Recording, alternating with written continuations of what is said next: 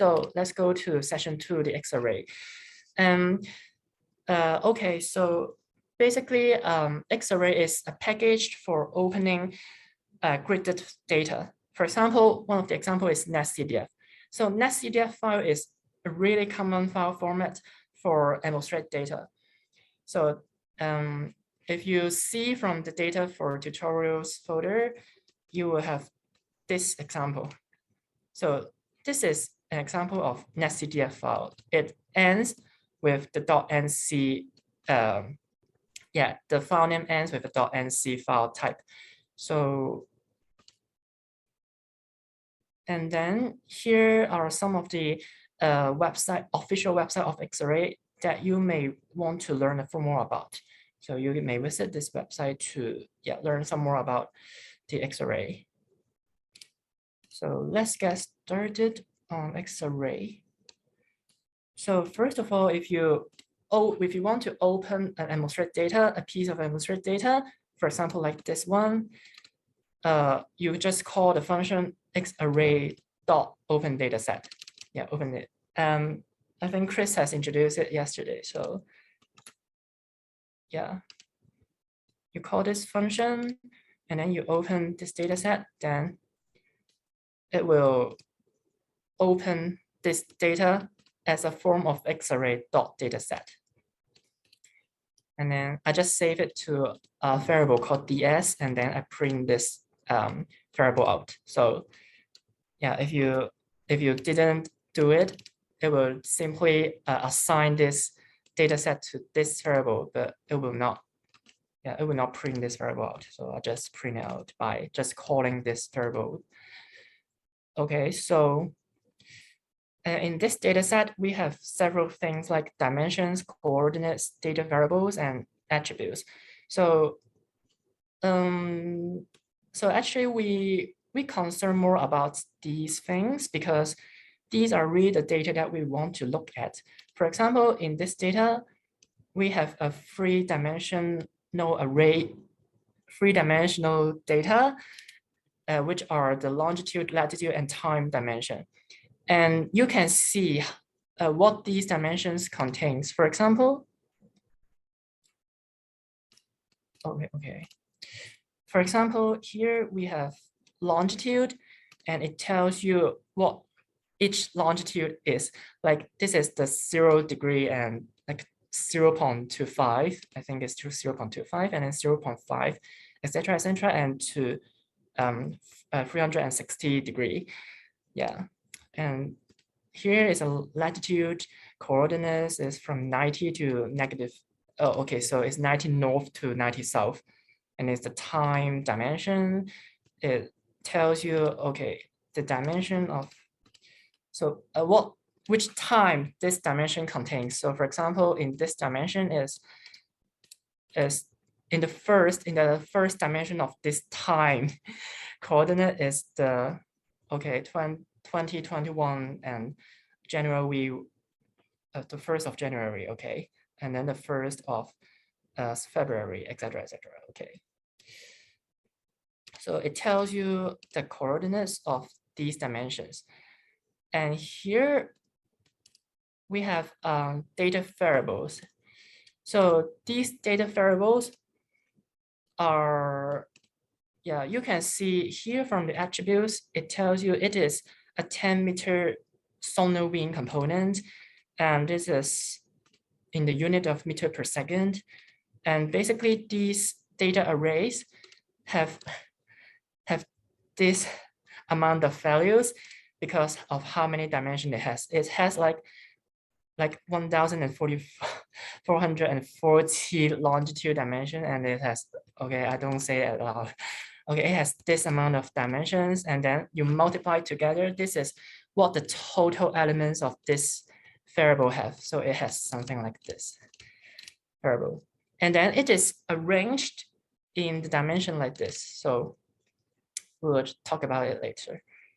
So this is what the data set looks like from the xarray package. And then here, I just want to tell you that I'm using this ERA5 dataset. This is basically a reanalysis data. so reanalysis data is created by combining past model simulation observation data through data simulation. So sometimes we use this reanalysis data to serve as a purpose of the actual Earth data. So when we have some simulation data and then we want to verify whether our simulation is correct, we sometimes use reanalysis data because it kind of represents the actual Earth data by combining the model simulations with the observation data. So like we just assume this is actual, but yeah, maybe not. But okay, and this is the reference of the data, and this is where I take the data. So because the website tells me to add a citation to it, so I just add it here. You can access the page if you want to know the xarray5 data. So first of all, how to do operations on xarray dataset. So similar to NumPy array, you also have some indexing rule so that you can select elements from the xarray dataset. For example, here you may just call, okay, maybe I want like the first element of each dimension. So, oh, I'm sorry. Oh, I'm sorry, I forgot to call one of the, okay, you need to call one of the data array first because it is a large data array that contains all these arrays. So you need to call one of the array first. For example, I call like T2M first, and then it shows you, okay, the longitude, it shows this array with these dimensions. So, and of course you can, okay, there is something different about xarray. You can call a data array by this square bracket operator, but you can also actually call this by a dot. So these two are basically the same. So yeah, I'm calling data array. Now let's change it to calling data array instead of indexing, okay? So you can call the data array by both this method or this method. Yeah. Okay, so let's dive deeper into each data array. Okay, here I call a data array T2M, which is from the attribute is a 2-meter temperature. Okay, so I assign this data array to a variable called DA, and then I display it. And yeah, you can see basically, yeah, they are the same. And here because there are some more things in this data array, for example, there are coordinates. So when you want to know what the coordinates of this data array is, you just apply this dot coordinates dot COORDS function, and then you run it. Yeah, just make a comment. You run it, it will see what coordinates this data array contains. So it contains like longitude, latitude, and time. And then if you want to dive deeper and know what the longitude is, what the coordinates of the longitude is, you dot this, yeah, you choose this one. And then it will show you, okay, there's values like, okay, the first longitude dimension is 0 degree and blah, blah, blah. And the last longitude dimension is 360, okay? And then you can also read the attributes of the data array by this function. Then you will see it has like a unit attribute, which is Kelvin. And the long name of this data array is a 2-meter temperature. So here, so these are the functions that you can retrieve the some of the detail aspect inside the data array. Okay, so let me. Okay, so these are basically some of the basics of dataset and data arrays. And then And then you want to manipulate the data so that it becomes the form that you want to do some maybe analysis or some more post-processing. So for example, in here, okay, so this is really similar to NumPy array indexing. So in xarray, you select data by these functions. So I will tell you about what is the difference between these two functions. So first of all, let's go to this .sel first. So this is basically means select the data from your data set. And then you need to specify a criteria to select data from. For example, you want to select data from this latitude range. So like 22 to 23. So when you, okay, let me add a cell to it. So this is basically what this NumPy array means. It means, okay, it contains elements of 22 to 23 by the step of 0.25. So by applying this function to it and telling the function that, okay, you want the data that has latitude of these components, then you just call this function and then write out, okay, I need latitude of these. It will show you the data set that only contains these latitudes. So you can see from here, it becomes the latitude. It originally has 700 dimensions. I mean, sorry, 700 elements of latitudes, coordinates of latitudes, but now it only takes out the data array that has these coordinates of latitude. But of course, the other longitude remains the same. So yeah, these longitude remains the same. But you can see from, oh, here,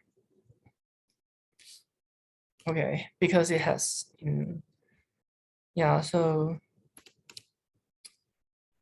okay, wait a minute. Yeah, here, if you don't select any dimensions from the data set, it contains all the, it contains the elements of all these dimensions, right? So it has a total of this amount of values. But here, after you select only 5 latitude data from it, the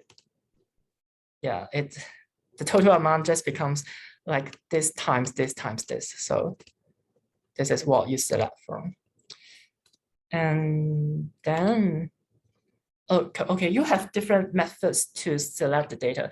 So for example, here sometimes I don't know what coordinates this data set has.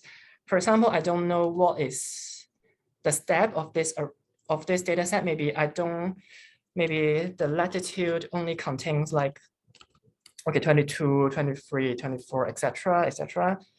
And it may not have the exact same latitude that I want. So you may use this method to choose the nearest coordinate that the data set has. So for example, if I use something like this, 22.279, and then it will automatically select the nearest coordinate from the data set, which is 22.25. Yeah, so this is one method to retrieve the data. And then here, so basically there are differences between .sel and .isel. So in .sel, you retrieve the data by stating the values of these coordinates. So you say that, oh, you want 22 point something from this data set, and it just retrieved this data of this coordinate from you. But here, if you use the ISEL, it selects the data by the position of the index. For example, I want the last dimension of the time. So I just type a negative one here because it means the last dimension. So I want the last dimension, then it will take out the arrays that is the last time dimension. You cannot do this with SEL because it will have an error, because in SEL you need the exact values of time. You need to tell him what is the values that you want to retrieve, and then if you use SEL, you need to type something like this. So if you use SEL, you may need this to retrieve the same dimension from it. So sometimes if you know the position of the index, but you don't want to type this kind of things to this, to call this function, then you will use ISEL. Yeah. Okay, so, oh no. Okay, so, okay, after I call this function and then select the array of the last time dimension, you can see I have a one dimension in this, in this coordinate, right? So sometimes it's annoying to do analysis with these kinds of array because you have a one dimension, and then you always need to okay, I need to select, okay, some kind of data and some kind of data in these two dimensions, but you always need to call a 0 because you have a one dimension here. So you can use this function to squeeze the excess dimension out. So here you have one coordinate in this time dimension, right? So after you use this function, you just squeeze that dimension out so that you don't have to, you can ignore this dimension afterwards. And then here I just want to show you a different way to select the data, because in the above examples, I just use this single index, or I use the numpy.arange to specify the range of data that I want. But actually, you can also use the slides object that I introduced in the NumPy session. It basically tells you, okay, here. So it tells you the steps to the index to retrieve the data. So for example, I want index from 0 and then 4 because I specify the step to 4, and then the 0th index, and then the 4th index, the 8th index, etc. And it will show you that it will select the latitude from the index position that you specify from the slides object. Yeah. So this is one way to select the data.